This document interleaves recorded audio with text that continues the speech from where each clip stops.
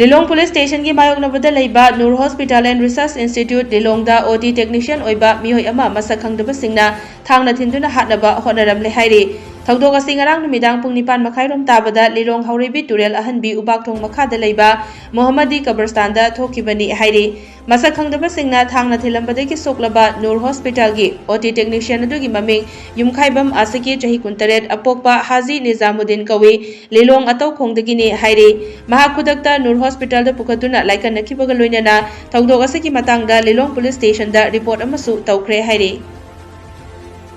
Thawdok adugi matangda ngasi nungthil Mohammadi Kabristan Committee amasung RAUCO na sinduna Idiga Noor gi manakta leiba Mohammadi Kabristan da pangthokiba paugi mifam amada RAUCO gi President MD Helaluddin haikibada ngarang yumkhaibam asikina mamagi kabarda jiyarat tawramlaga leithorakpada maikhum upa masakhangdaba mioi ohumna nahak Noor Hospital gi asiki natra haina hanglakhi mahakna mani haina khumbaga yet thangba pukchepta thangna thilaki loinana chaina masing khangdana kanduna Hatnaba Hotnaramkhibani hairi asigumba tamthiraba thawong asi akanba mongda condemn tawi maramdi Islam lining chatpa singi oinadi laikhidraba singi kabarda chatuna mapugi mafamda duwa tawba haibasi tangai fadabani asigumba thawong asina miyamda mipaiba fawhalle hospital da mathau tawbada nungaitaba leiragasu wakhal taminasi mahakpu kanana karigidamakta Hatnaba Hotnaramlibano haibasi Manipur lengaki mari leinabasingna mideng changbiduna langla langjin puthokpiyo haiki paumi singa unabadda Mohammadi Kabristan Committee ki President Nasir Khan amadi member singsu saruk yaki Hospital da OT assistant oina leiba Muhammad Asik Yumkhaiba hairiba asina mahaki mamagi Kabristan da kabar ziyarat tawbul lak matamda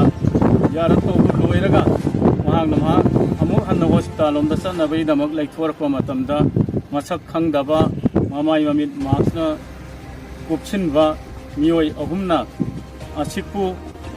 nahak Noor Hospital gi asiktura haina hangbaga loina na mani haina khumki hai ek khumbaga khanghaudana chai amadi thangna magi masada attack tawrakhi halagi haibagi matagum hona rakhi adu ga loina na